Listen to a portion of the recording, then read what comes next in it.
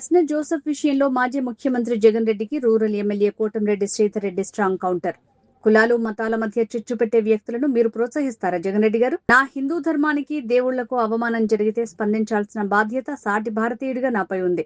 Rural MLA Kotamreddy Sridhar Reddy ఈ రోజు హిందువులపై మాట్లాడాడు, రేపు క్రిస్టియన్ ముస్లింలపై మాట్లాడాడు అని మీరు గ్యారంటీ ఇస్తారా జగన్ రెడ్డి గారు?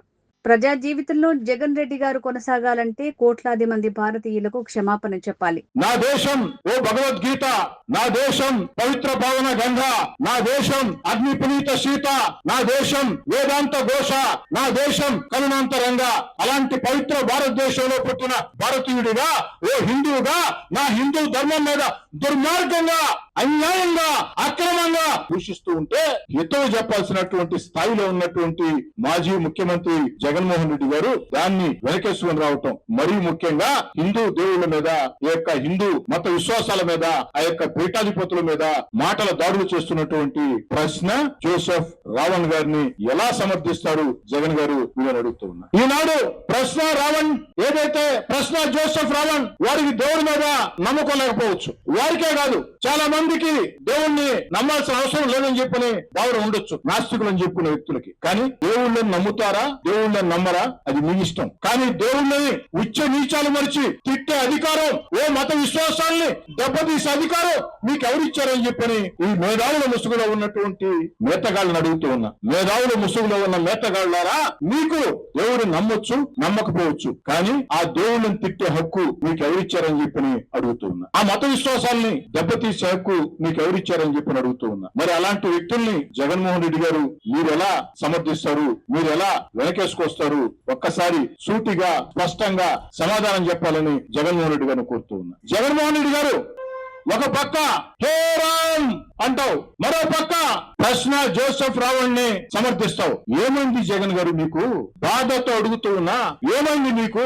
మీరు ఎలా సమర్థిస్తారు? వాళ్ళు మాట్లాడిన మాటలు విన్నారా? ప్రశ్న జోసెఫ్ రావణ్ బంగ్లాదేశ్ లో ఉండే హిందువుల్ని లేకి ఆ తర్వాత మాట్లాడటం నా వల్ల కావడం. ఈ యొక్క పవిత్ర భారతదేశంలో ఆరాధ్య దైవంగా భావించే శ్రీరామచంద్రుడిని, సీతమ్మ తల్లిని, మన ఇతిహాసాలు అనేటువంటి మహాభారతాన్ని నీచాతి నీచంగా, ఘోరాతి ఘోరంగా ఆ యొక్క జోసెఫ్ రావణ్ మాట్లాడితే అలాంటి వ్యక్తిని మీరు ఎలా సమర్థిస్తారు? నేను ఒకటే మాట చెప్తున్నా జగన్మోహన్ రెడ్డి గారికి. అయ్యా జగన్మోహన్ రెడ్డి గారు, జోసెఫ్ రావణ్ గారి మీద కేసులు పెట్టారు, అనేక రకాల కేసులు పెట్టారు, సోషల్ మీడియా పోస్టింగ్లు కేసులు పెట్టారు.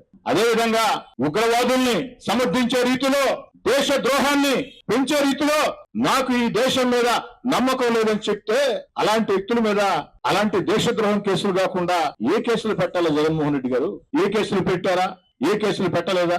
న్యాయస్థానాలు చూసుకుంటాయి. న్యాయస్థానాలు కేసుల్లో బలం ఉందని నమ్మితే నిర్ణయం తీసుకుంటాయి, కేసుల్లో బలం లేదని తెలిస్తే నిర్ణయం మరో రకంగా తీసుకుంటాయి. ఈ కేసుల్లో బలం ఉంది కాబట్టే కింది కోర్టు జోసెఫ్ రావణ్ని రిమాండ్ పంపించింది. రేపు హైకోర్టు, సుప్రీంకోర్టు నిర్ణయం తీసుకుంటుంది. దాన్ని న్యాయస్థానాలకు వదిలేద్దాం. కానీ మీరు అలాంటి వ్యక్తిని సమర్థిస్తూ ప్రశ్న జోసెఫ్ రావణ్ లేదా ఈ కేసులు పెట్టడం అక్రమం, దుర్మార్గం అని మీరు మాట్లాడిన మాటలు జగన్మోహన్ రెడ్డి గారిని నేను సూటిగా స్పష్టంగా అడిగేది ఒకటే.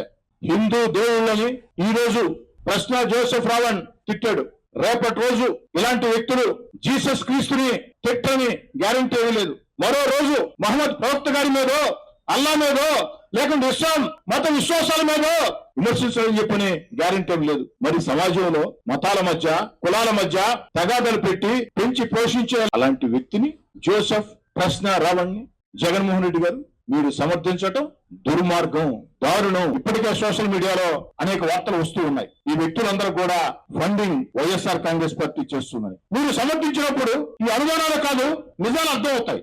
ఖచ్చితంగా ప్రజా జీవితంలో వైఎస్ జగన్మోహన్ రెడ్డి గారు కొనసాగాలనుకుంటే కోట్లాది మంది భారతీయులకి జగన్మోహన్ రెడ్డి గారు క్షమాపణ చెప్పాల్సిందే. ఇలాంటి వ్యక్తిని సమర్థించిన దానికి బహిరంగంగా నేను క్షమాపణ చెప్తున్నా అని జగన్మోహన్ రెడ్డి గారు మీరు చెప్తే ఖచ్చితంగా ప్రజా జీవితంలో కొనసాగే హక్కు మీకుంటుంది. అలా కానప్పుడు ప్రజా జీవితంలో మీరు కొనసాగలేరు. మీ ప్రజా జీవితంలో మీ యొక్క రాజకీయాలకి ప్రజలే ఖచ్చితంగా ఫుల్ స్టాప్ పెడతారు, కామా కాదు ఫుల్ స్టాప్ పెడతారని చెప్పని తెలియజేస్తారు.